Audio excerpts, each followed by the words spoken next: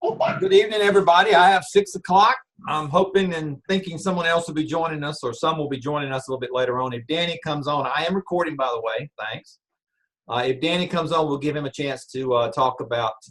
But otherwise, we've got a short little meeting tonight, but we wanted to talk about, or I want to talk about leading effective teams and your new role when you become a principal as a curriculum leader. So I know that you all are already thinking about that next step and what you're going to be doing with that.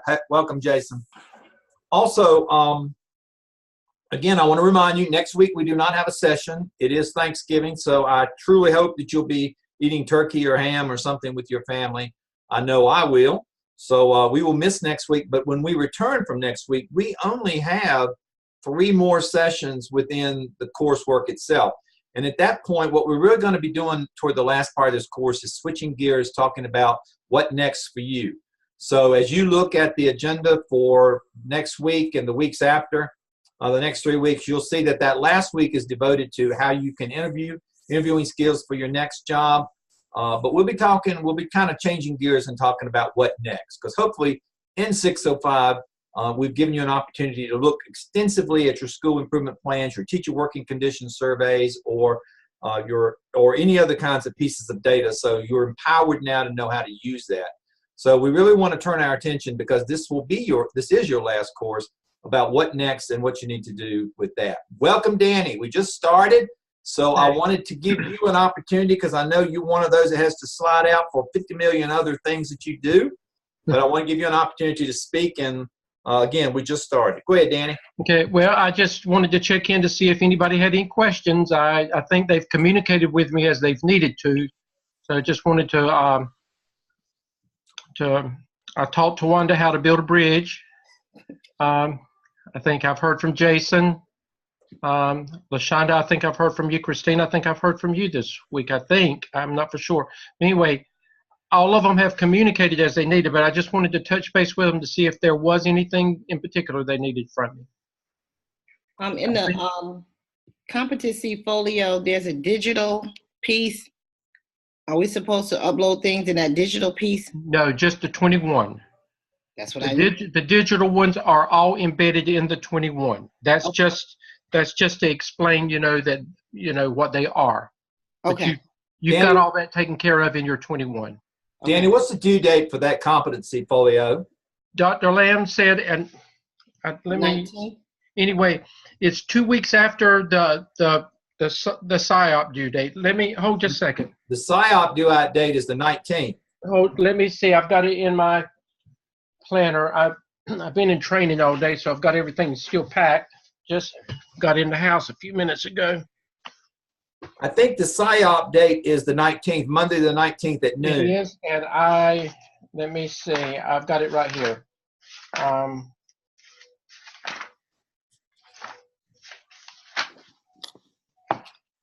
The drop dead date is Monday, December the 3rd. Okay. That is, everything should be completely submitted, and I would not wait until then. You should have everything approved. Dr. Lamb has, by 9 a.m. that morning, he has to submit your name. So I'm telling you, it's the drop dead date. Do not wait until December the 3rd, though. Make sure you've got everything cleared. With TaskStream, make sure everything is completely cleared with me in TaskStream prior to December the 3rd. I'll be communicating with them as well via an email, and if there's a problem, I will communicate with any individuals. So, okay. Any other questions for Danny? Okay, guys, you're just about there. I know, 3 more weeks. Thanks, Danny. We will not see you next week, Danny, because it's Thanksgiving and you'll be Turkey. Yeah, I won't see you, but I'll check with you the week after that. All right. Thanks, Danny. Okay, y'all have a good one. Okay, bye-bye. Thanks. All right, so I just want to remind everybody we're not meeting next week. It's Thanksgiving Day, so holiday, so everybody take off next week. But when we come back, we have 3 weeks. And if you're new, I'm just going to kind of remind you there's some activities when each of the class sessions. But really, I want to focus on this point of what we need to do to get you ready for that next job.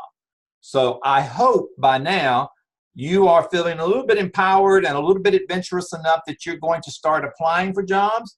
You're going to start talking about the next step for you, because that's kind of why you're in this program. So that's kind of what I want to do for the next 3 weeks. But I do want to encourage you that if you have a topic that you want to discuss, because we have a little bit of leeway in the last 3 weeks, shoot me an email or something and say, hey, Stone, can we talk about this or something? Because I really want to make this useful for you as you move into the next step. So that's kind of what we're going to do. Tonight, we're going to talk about building teams and curriculum. And you've already gotten a good opportunity to look at the, let me share the screen.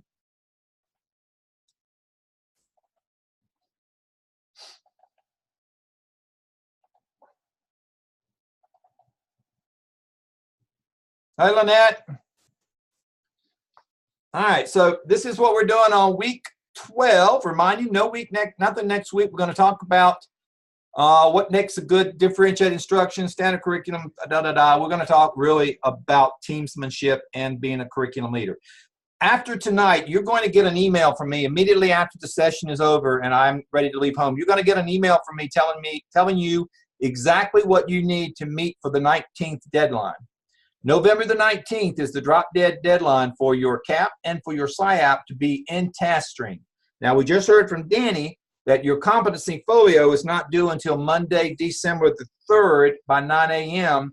So I will shoot you an email. And if you complete it, but the email is only about the CAP and the SIAP. So if you get an email, you will get an email from me tonight. And basically, it will tell you what you need to do with those. Remember, I did not address the competencies because they're not due until the 3rd.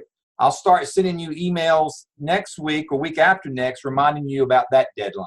Because I want to make sure we pull everybody across that line, because most of you are well, you've already finished. A good number of you finished. Some of you are so close, and there's a couple who I really probably need to go sit and visit them at home to make sure they get across that line, because that is my goal. So any questions? November 19th, I'm going to send you an email immediately after this. If you don't get it or something, shoot me one back. But basically, it will tell you what I have on record for your CAP and your SIAP, or S-I-S-I-A-P. How does Daniel pronounce that? SIAP? That's what okay. Well, you know what I'm talking about. So I'll send you an email immediately after this to give you an idea where you are with that. Competencies due December 3rd. So I'd start working on those. Those other things, the discussion boards, I would kind of, if you need to finish up your SIOP number 3, 4, or 5, I would concentrate on that and forget about those discussion boards until next week. That 19th deadline is really on us, so you need to work on that. Any questions on that? All right. I want to talk to you briefly about a couple of things. One is how to build teams, because as you move into your new principalship or the assistant principalship, this is a PowerPoint I borrowed from someone, so it's got some things on it that we'll talk about. But basically, when you move into your next step, whether it's an assistant principal or the principalship, you are going to have to start developing those teams, and you already have done that through your work on the CAP and the SIOP, and through all the things that you've had to do. You have already gotten into the idea, and that's one of the purposes. And I think one of the strengths of the Garner Webb program is that we get you already into the team building atmosphere. So you've already had to do this. But when you become a principal or an assistant principal, you may be going to a school that has never really utilized teams. They've always had that dictatorial principal. They've always had that laissez-faire principal who just let them run over the place. So basically what you've been able to do in 605, 603, and 601 is to be able to work in teams. So that's something you're going to translate or transfer with you when you go on to become the principal. An effective team, of course, it has certain traits, but basically the bottom line for an effective team is that you move away from that me and that I, and you get, the bottom line is you get efficiency and productivity. And where you really move from one individual to several individuals. And you already know how to build teams, and you're doing it well. But when you become that next administrator, you're going to have to build teams within your school. No matter what school you go to, your teams, you're going to have to create them. The characteristics of an effective team. Now, these are things that when you start building your teams in your new school, these are the components that you need to make sure you have in them. There's a sense of shared leadership. It is not the principal, because you can go in and say, hey, I'm going to have a team, but you guys, here's the rules, here's the outline, here's the outcome I want. You're not building a team, you're building resentment. And you have worked for people like that who really tell you they want you to be a part of their team, but they don't listen to you.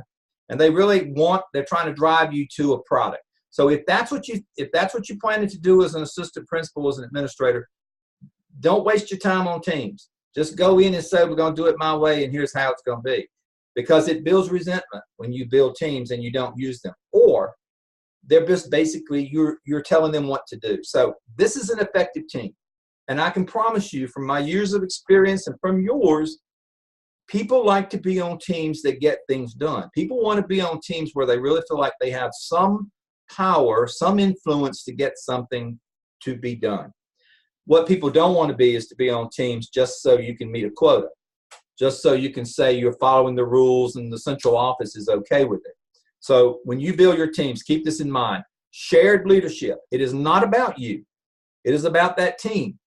Now, you may go in and say, this is kind of the big problem. And there are several stages in which you need to stay kind of keeping them focused. But the bottom line is it's a team, and that's the purpose of it. They develop their own scope of work. So you may think that they're going to be talking about how to improve math scores, but my gosh, they may want to go into a whole bunch of other things. And that's the beauty of a team, that you can kind of they can shoot for the moon. They also have to have a commitment to doing something. They've got to have something that's tangible that comes out of it. They've got to be mutually accountable. It can't be that you take all the credit. Have you ever worked for a principal or for a superintendent who pulls together a team, and at the end of it, when they finally have some success, that person raises their hand and says, thank you very much, I appreciate that? That's not what teams are about. Everybody's held accountable, and you don't have one or two people claiming credit for it. And so all problems, everything is game that comes to the table. Why do you want to build one? In a nutshell, because they work, and because it really gets people to buy into whatever it is that you want to work on. I remember as superintendent, we used to have teams that we helped us write the calendar. Some of you all probably have served on the county calendar committee. I would go in, I'd say, here are the rules that the state gives us. You go build a calendar. And those folks worked extremely hard and came up with some really great calendars. That's the development of a team, because they really do work. And that also, as a leader, now this is something you may not want to tell the team, but whenever you have a team and you utilize them and you really follow what they recommend, they have ownership in that. And you have begun to have some opportunity when someone questions you, like if you have to report to the Board of Education why you're adopting this new policy, you have an opportunity to really have a strong argument. And that is, my team wanted this.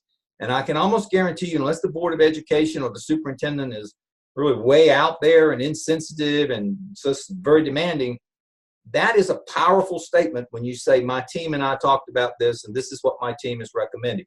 Now, make sure it's true. Make sure it's true, because it's easy to go back and find somebody on your team who can say, oh, no, that's what the principal wanted, so that's what we're doing. Teams work, and it gives people a chance to buy into it. You got to have that two-way trust. You got to be all about constant communication, and you got to do a lot of listening. That's a very important component about it. Teams, when you start putting your team together, and you're going to be as that administrator, you're going to be very careful about who you put on that team. I have served on many teams, as have you, where there's one person who always tries to direct everything. That one person, maybe it used to be, the old joke would be that it would be the chairman or the senior English teacher who always wanted to be head of everything. So look at the personalities when you start putting together these improvement teams, these teams that you want to address something. Look at the personalities you put on there. That senior English teacher may be powerful. They may have a lot of good ideas, but they can destroy your team. Nobody wants to serve on a team with that know-it-all, with that it's got to be my way. So be very careful how you put together the teams, because the whole purpose of the team is for them to jointly own the problem and jointly find the solution. And if you got one smart person or one person who thinks they can do everything, who has that pride, then that's not going to work. So be careful how you select your teams. And don't neglect the new people. When you go into that first school as an administrator, don't neglect some of the newest people in the building. Some of our newest teachers bring some of the best ideas. And you can't beat them for technology. You can't beat them for understanding the millennial generation. So don't always go with the chairman of the math department or the chairman of the science department. And don't always go with departments selecting the person, because they tend to select within themselves and they give that person the power. You be very mindful of who you put on that team, but don't overlook some of the people who have always been overlooked, and certainly not some of your new teachers who will do a good job for you. Teams are all about having some expertise. They're all about that they bring to the table. They contribute. They support each other. They support the final product as well. Now, one of the quickest ways, and this is something that I used a lot when I was a superintendent, was called the stand-up meetings. And these are very short meetings, and I can see you doing this as the principal or the assistant principal at the beginning of the day or every week on Monday, 8:30. You get together the team that's working on something. You go around the table and you're asking them, what are you doing? What's working? What's not working? How's the team going? And again, the purpose of this is to give them feedback. The purpose of this is not to be over managing them, but basically to give them an opportunity to say, here's where we are, here's some roadblocks, how can you help us? So it's really kind of a great opportunity for feedback.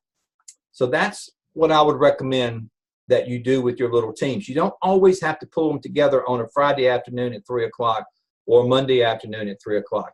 Have little short stand-up meetings where you just say, hey, everybody meet in the lounge at 7:30. Let's just go around the table and talk about what we're doing. Brief, less than 15 minutes, and that's a way to also give feedback, but it's also to make sure the group is still on focus, the team is still working, and it gives them a chance to tell you what's not working and how you can help them. Again, stand-up meetings, they're not a complaint session, witch hunt. They shouldn't go beyond the 15 minutes. Here are some of the things that you need to look for when you start putting together those teams. An effective team member is someone who can communicate, someone who is not a blamer, who does not blame others, and who can support the group. They're not have to take the glory. They're active listeners, and they are involved in the whole process. So as you start putting together those teams, you want to look for these kinds of qualities and these traits in the folks.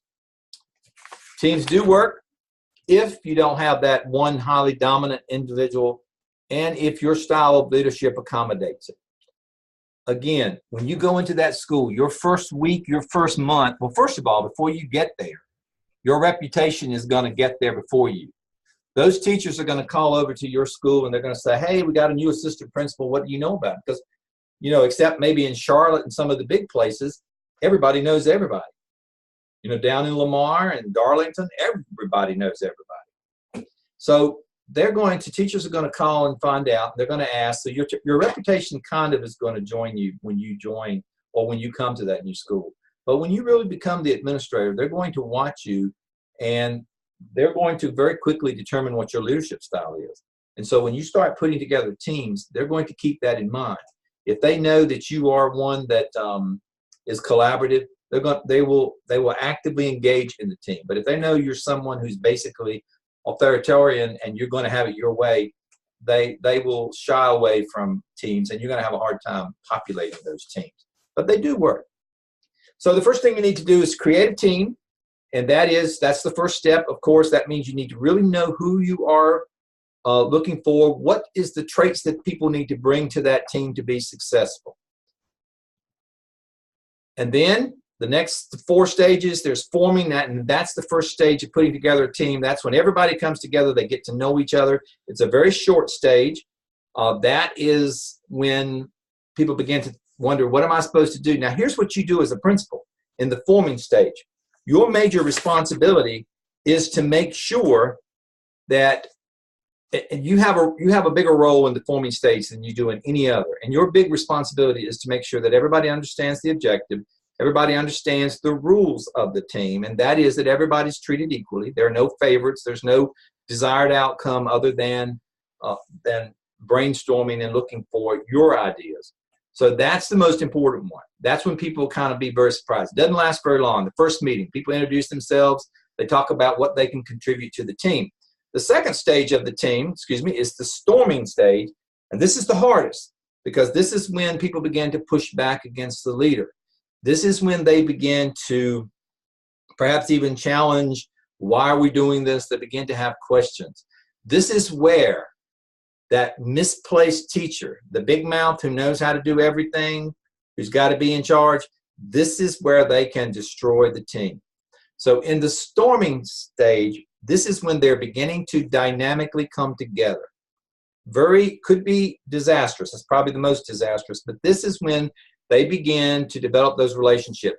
You begin to see who's going to be the expert on this, who's going to speak the most, who's going to hide in the back. The next stage is the norming stage, and the norming stage is where you really get a lot of the work done. This is where people begin to understand the role, they begin to contribute, they each have a silo that they kind of break away from, and they're all contributing toward the end product. And then, of course, the performing is when they submit to you what it is that they are wanting to do. This is when they put out the plans. This is why they began the justification for the particular projects. So those are the stages of team formation. I'll leave you with the best qualities of a leader. This is your responsibility with the team. Now, we've been talking about how you formulate that team, who you select for the team, why it's important, the stages of the team. Here's your role as the assistant principal, as the principal. One, you've got to be strong, decisive. You've got to be knowledgeable and supportive. You cannot come in, it's going to be my way or no way. Your two big concerns are the people and what they're trying to do, because that motivates people where they want to be more productive. And the outcome. That's particularly your last thing that you are responsible for. So any questions on, you've been on teams and you've been working on teams, so not exactly new, but I can assure you that that first administrative position that you get on, you will be putting together teams and putting them on very quickly. Any questions on teams? Because if not, I want to talk about your role as the curriculum. There are two items I wanted to cover tonight, and the next one is your role as a curriculum leader. No questions. You guys are great. Either that or you're ready for that turkey. Let's see, how do I get out of here? All right. I do everything because if I don't, I will talk and talk and talk. So I try to put everything on slides so it would be, it will keep me on task. Is it important for the principal to be a curriculum leader? Of course. Of course it's important. The old days when you and I, or me in particular, when I went to school, I never saw the principal. I mean, I knew who the principal in my elementary school was, but I really never saw the principal. And if I did, it was because I'd done, and this was very rare, trust me, it was because I'd done something wrong and I was sitting in his office because he was a manager. That's all he did. But this was the time and age before we had all the accountability we have now. So all the principal had to do really was to unlock the door, close the door at night, attend the ball games, and make sure the kids behaved while they were there. He or she trusted the teachers, to do what they needed to do in the classroom to make sure that the kids were moving or the students were moving forward. Today, if all you do is manage your building, you're going to be a lousy principal. You are not going to be successful.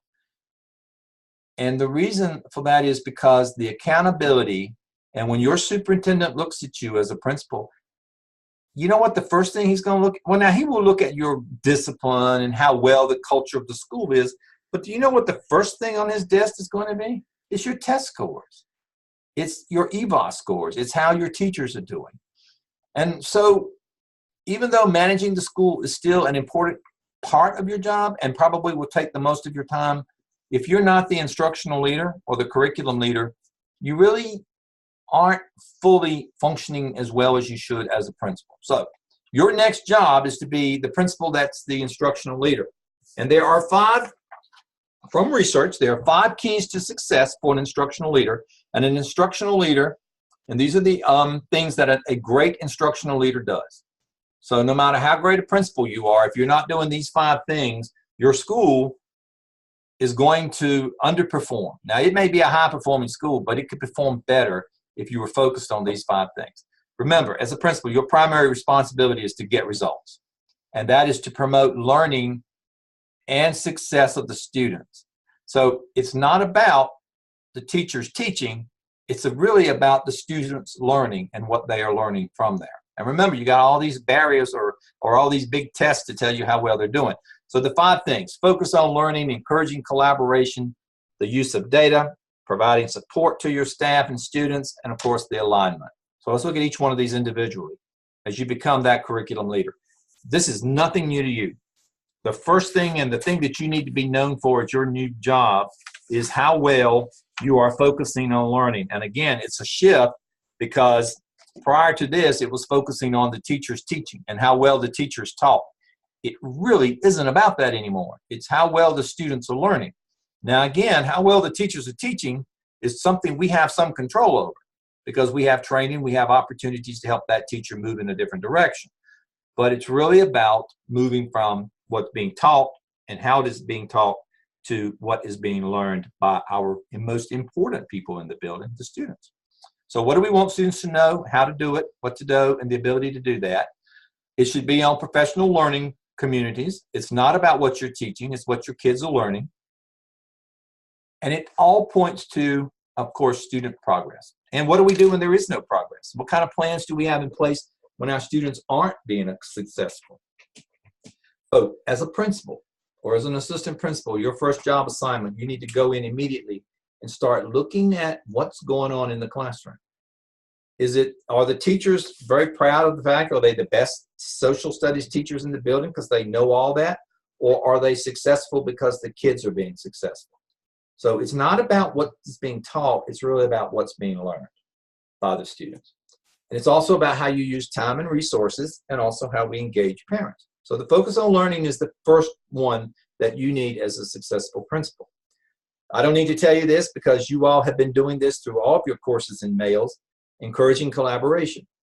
There's so much research and your personal experience will tell you that as long as you have someone to collaborate with, as long as you have some people, some peers in the building that you can go to and have that support structure, you're going to be a better teacher. Kids are going to learn because you have enabled and empowered yourself with different tools. So as a principal, if there's a culture in your school of people closing the door and they do their thing and you do yours, that's something you've got to break. You've got to build those teams. You've got to begin to get the staff to collaborate. You've got to build opportunities. And I am not convinced that having grade level, like all 3rd graders at having the same planning period or having the same time where they can meet is the most effective use of time. I'd more want to see my 3rd grade teacher having lunch and having planning time with the 2nd and 3rd grade teacher. My 2nd and 4th grade teacher. Because I think that really will give my 3rd grade teacher a better understanding of what accomplished in 2nd grade and where the kids need to be in 4th grade. But no matter how you structure your school, develop some time for teachers to have that collaboration and encourage it. Don't discourage it. Create opportunities for that and make that an expectation of the school. Also, of course, you're very good at this because you've shown me that through all of your data and your projects. Use data. That data is going to be used anyway. It's going to be reported in your newspapers. It's going to be sitting on the superintendent's desk. So it is important that you learn how to use data, but it's equally important that you also learn how to teach your staff how to use data. And it isn't just how to use it. I mean, I could look all day at how well my kids are doing in my class, but if I don't see trends, or if I'm not challenged to see where I could do better, that's not a very effective use of data. If my kids are just failing with subtraction, then that should be a good sign to me that I need some help with that. If the kids are failing, the teacher's failing. Because if I'm not teaching what these kids need to be successful, I may be teaching the best that I know how, but I need to change that. So as you become the principal, you should have data walls. You should have data notebooks. You should have opportunities to sit with when you have that teacher conference, that pre-conference, bring me your data. Show me that you understand where the kids are and make it longitudinal. so they can see where the kids have been and where they are now. Because the teacher's going to come back to you and say, these are the worst kids I've ever had. Where's the data to show me that? I mean, last year in second grade, they were great. Look here, they were scoring quite well. Yes, you've got some exceptional children in the class, but look how much they grew last year. All I'm asking you is to grow them this year that much. These kids are capable. So give me that. Give me that. That's what you need. And data doesn't lie. Data will tell you, or datum will tell you where you need to work on. And it's no good if it's just in a notebook and you don't use it. So every conference you have with the teacher and evaluation, I would want to know where are your kids? What are you doing about the ones who are behind? And that should really be the basis of your conversation. It shouldn't be about whether or not they use technology. It should be, did you use technology for these scores? How are you going to use technology using your data to improve with your multiplication tables? So it's really about using data. We have it, and you've got an overload of it. Go back and look at some of the data you have. My gosh, you could spend the whole, we could have a whole course on data and how to read it. But your job as a principal is not to sit on the data, is for you to fully understand it and to use it as an instructional tool, and to make sure your teachers can use it as an instructional tool and hold them responsible for it. Because they'll improve if they know what they need to improve upon. All right. Also key is to providing support to your teachers. You've got to make sure that they feel supported. So this is not just, making them feel good. It really is about going out of your way to try to get them everything they need. Now, I know you don't have a lot of control over textbooks. You probably don't have a lot of control over teaching. I mean, the stuff that they need to teach. But if you've got a PTA, that should be one of the go-tos, to provide something for teachers for their supplies in their classrooms and all. But the other piece too is to provide training. I would be highly disappointed if I learned that one of you got a principalship and the first thing you wanted the PTA to concentrate on was, did I go backwards? I guess I did. I would be disappointed if you're using that PTA to have big dinners at Christmas for your staff. Nice, feel-good stuff. But if your staff need paper, they need tissues, they need that kind of stuff, my God, give it to them. And then for Christmas, let them bring something and have a great party. So give support to your teachers. And it's the physical stuff as well. It's the guidebooks, the textbooks, whatever they need. But the second big component of that is when they come to you and it's obvious that they need training. You may not know how to train them on how to do PLCs, but there's somebody in your district that does. There's somebody in your classrooms or in your building who does it well. So support them as they begin to look for ways to improve. Schools and you as a principal need to find ways to help those kids who are behind in the core subjects, whether it's after school, during school, whenever. And the bottom line is you've got to help those kids, and that should be a focus of yours as a principal. And of course, the focus on learning sometimes means you got to get in there and you got to make people do things differently. If that teacher is teaching the same old stuff the same old way and getting the same old results, your job is to change it, to get her to do something differently. And the final thing, of course, is to make sure that you're not wasting time.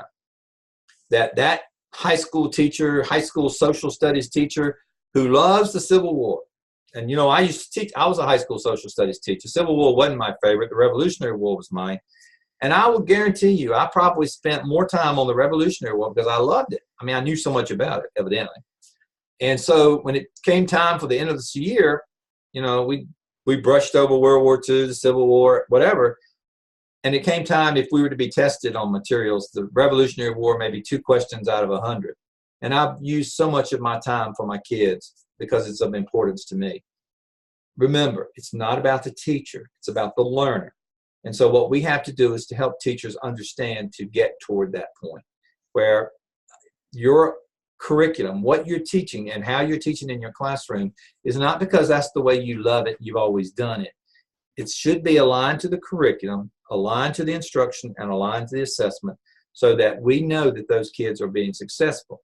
Because if they spend a year with you and they know everything about the Revolutionary War and nothing else, when they go to the next level, they are behind and you put them there. So as a principal or as the administrator, your job is to make sure your teachers are not doing that. You have to make sure that you are aligning. Now, all of this can be done through teams. All of this can be done through your leadership style. Everything you've had in 605 is leading up to this point of when you step into the principalship or the assistant principalship and you start being the curriculum leader. You've developed teams. You've studied data. Think about it. Everything you've done in your MELS program is aligning for this next moment of yours. You've done data. You've looked at the school improvement plans. You've created teams. Everything you've done, hopefully, at Gardner-Webb, we have prepared you for that next step, and that is to being an instructional leader in your next school assignment. And with that, I will stop and see if you have questions. I have a question, Dr. Stone. Okay. How are assistant principals evaluated? How? They use the principal's evaluation instrument. Are you familiar with the principal's evaluation instrument? No. I'm going to show my ignorance, South Carolina. I'm sorry. I'm sure you have a principal's evaluation instrument. I do know North Carolina has one, and I tell you what, I will post it. But if you want to go to the Department of Public Instruction, they will have the principal's evaluation instrument, and the assistant principals use it too. In North Carolina, they're reviewing it, and we're going to align it with the national standards. And but basically, there are 7 categories for an administrative's evaluation, and I will send you that link. But they are they're aligned to the national standards, but the standards changed last year, so North Carolina will be changing, and I'm sure South Carolina is ahead of North Carolina and probably has already changed. But I apologize to those South Carolina folks. I am positive, and I will do some research. I'll talk to someone at the School Boards Association of South Carolina and see if I can put a copy of the South Carolina Principals Evaluation, and that is a great idea, and the North Carolina Principals Evaluation, and I'm pretty sure the assistant principals use the same evaluation instrument. That's an excellent idea, and I tell you what, if I get them, maybe I'll work it into one of the sessions coming up because you need to know this stuff. That would be an excellent. Thank you. To do, here it is on my to-do list over Thanksgiving. Thank you, Christina. Any other questions for me? Let me do a couple of reminders. November 19th is coming up. Immediately following this session, I'm going to send every one of you an email telling you where you are with the CAP and the PSYOP. If you get that email from me, that means the 19th is coming. Now, 6 of you are going to get an email saying you're done completely, except for, and it won't say anything about the competencies, but you know you have to do those by December the 3rd. But if you get one and it says that you're missing the PSYOP number 6, then please spend this weekend doing it, because that deadline is the 19th, and I need you to have that done because that's got to be into task stream. Put everything else aside. Put all those discussion boards, the competency assessments, put it aside. Concentrate on the CAP and the PSYOP to make sure that we are ready on the 19th, because I want to make sure you get that. I don't know how much leeway. I've never done this with Dr. Lamb. I would imagine if you are one day behind, it probably won't hurt you, but I really encourage you to get those done by the 19th. We do not meet next week, and we're enjoying turkey. We meet the week after, and we're going to start talking about your next steps and what to do next. You know, let me make sure I have covered everything I needed to do. And you know what? I have recorded every bit of this. I feel really good. And I'm going to stick around in case anybody wants to ask me anything after the class. Feel free to leave. Everybody else, I'll stop recording. But if anybody wants to stick around, if not, we'll see you next the 29th at 6 o'clock. Everybody have a great week. Have a great Thanksgiving, and don't eat too much. Good night. Thank you. You too. Good night. Thank you, Dr. Stone. Good night. Good night, guys. Good night. Good night.